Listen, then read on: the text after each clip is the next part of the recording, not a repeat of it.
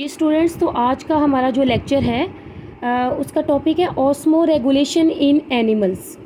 Means osmo regulation का क्या मतलब है। Osmo means water plus salt. अब वाटर हमारे पास क्या है, एक सॉल्वेंट है। Osmo means water plus salt. Regulation means regulate करना, या हम कह सकते हैं मेंटेन करना। तो ये क्या होगा, osmo regulation in animals means animals के अंदर वाटर या साल्ट की कंसंट्रेशन को या तो रेगुलेट किया जाता है, मीन्स इसको मेंटेन किया जाता है।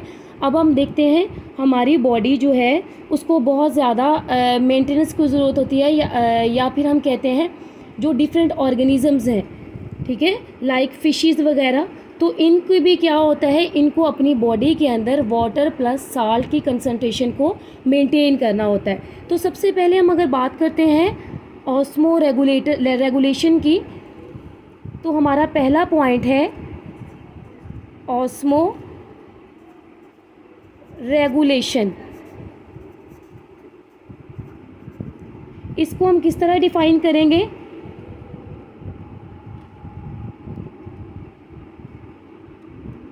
Maintain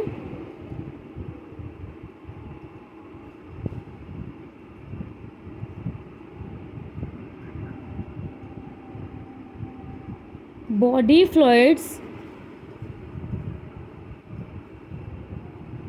concentration actively.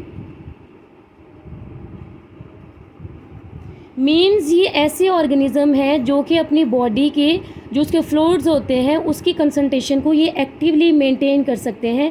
मीन्स इनको किसी चीज़ की ज़रूरत नहीं होती। जैसे मैं आप लोगों को एग्जांपल देती हूँ, एग्जांपल के ज़रिए समझाती हूँ। ये हमारे पास क्या है, एक सेल है, ठीक है। सेल के अंदर अब क्या होता है, वाटर जो है वो सेल के अंदर जा भी रहा होता है और वाटर जो है ये सेल से बाहर भी आ रहा होता है। और इसके अलावा हम कहते हैं इसके अंदर साल्ट की कंसंट्रेशन प्रेजेंट होती है। तो हम कह सकते हैं साल्ट और वाटर जो है उसकी कंसंट्रेशन बहुत ज़रूरी होती है, उसको हमने सेल में या बॉडी में मेंटेन रखना होता है। इसकी बेस्ट जो हमारे पास एग्जांपल है वो है ह्यूमंस। और उसके बाद हम देखते हैं ये मैमल्स भी आ सकते हैं। ये क्या करते हैं बेटा, अपनी बॉडी में फ्लूइड्स के कंसंट्रेशन को मेंटेन रखते हैं। उसके बाद सेकंड जो हमारे पास पॉइंट आ जाता है वो क्या है, ऑस्मो कन्फर्मर्स। अब ऑस्मो कन्फर्मर्स क्या होते हैं, पहले हमने पढ़ा था ऑस्मो रेगुलेशन, अब हम पढ़ रहे हैं ऑस्मो कन्फर्मर्स। ये ऐसे ऑर्गेनिज्म होते हैं don't maintain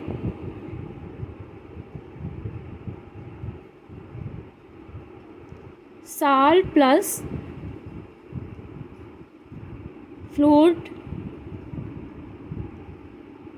concentration of internal environment। Means बेटा ये ऐसे ऑर्गेनिजम्स होंगे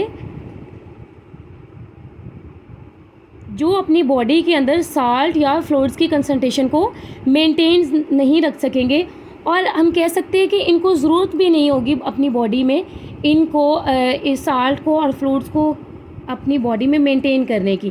तो ये क्या करते हैं, अपनी बॉडी को आइसोटोनिक रखते हैं। अब आइसोटोनिक क्या होता है, आइसोटोनिक मीन्स जिसमें इंटरनल और एक्सटर्नल हम कहते हैं इन्वायरमेंट सेम होता है। मीन्स हम कह सकते हैं कि आइसोटोनिक इन्वायरमेंट वो होता है जिसमें इंटरनल और एक्सटर्नल जो होते हैं वो सेम होते हैं। मीन्स अगर सेल के अंदर भी वाटर और सोल्यूट की कंसंट्रेशन सेम है तो सेल के बाहर भी वाटर और सोल्यूट की कंसंट्रेशन सेम होगी। तो इस तरह हम कहते हैं ये अपनी बॉडी को मेंटेन रखते हैं। अब इसकी एग्जांपल क्या आ जाती है, इसकी एग्जांपल हमारे पास आएगी हैग फिशेस, ठीक है।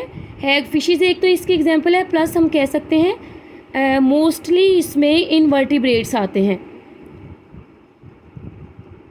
इनवर्टिब्रेट्स ब्रेड्स जो क्या करते हैं बेटा, ऑस्मोल कन्फर्मर्स होते हैं, मीन्स अपनी बॉडी के अंदर ये साल्ट और फ्लूइड्स की कंसंट्रेशन को मेंटेन नहीं रखेंगे।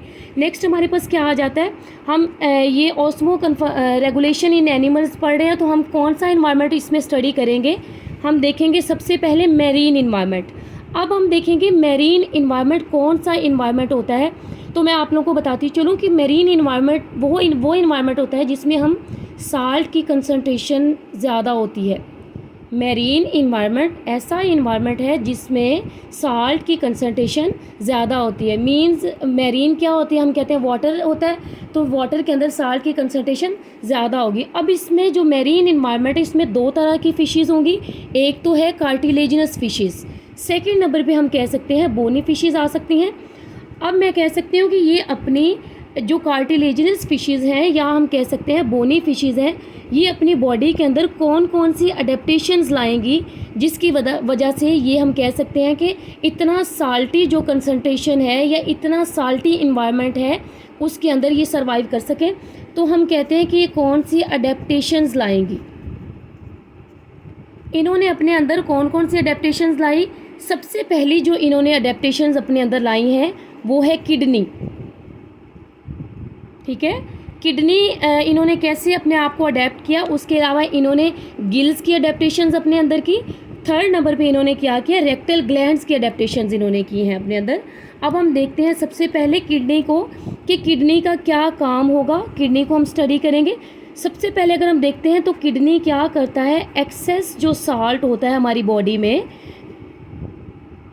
हमारी बॉडी में नहीं, फिशेज़ की बॉडी में जो एक्सेस साल्ट होगा उसको ये रिमूव करेंगे।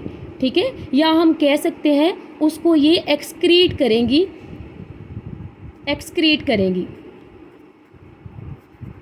सेकेंड नंबर पे हमारे पास क्या है, गिल्स आ जाते हैं। तो गिल्स भी क्या करेंगी, जो साल्ट है, जो एक्सेस साल्ट में बॉडी में होगा उसको क्या करेंगे, एलिमिनेट करेंगे। थर्ड नंबर पे जो रेक्टल ग्लैंड्स हैं इनका भी सेम काम होता है, ये क्या करते हैं, साल्ट को रिमूवल का काम करते हैं।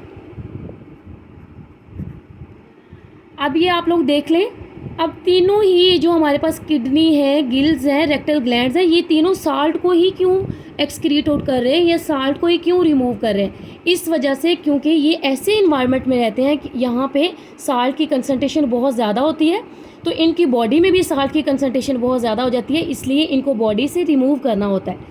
अब हमारा बहुत ही इम्पोर्टेंट पॉइंट है TMO। अब मैं आप लोगों को TMO के बारे में बताऊंगी, TMO क्या होता है। अब ये देखें, हमारे पास एक फ़िश है।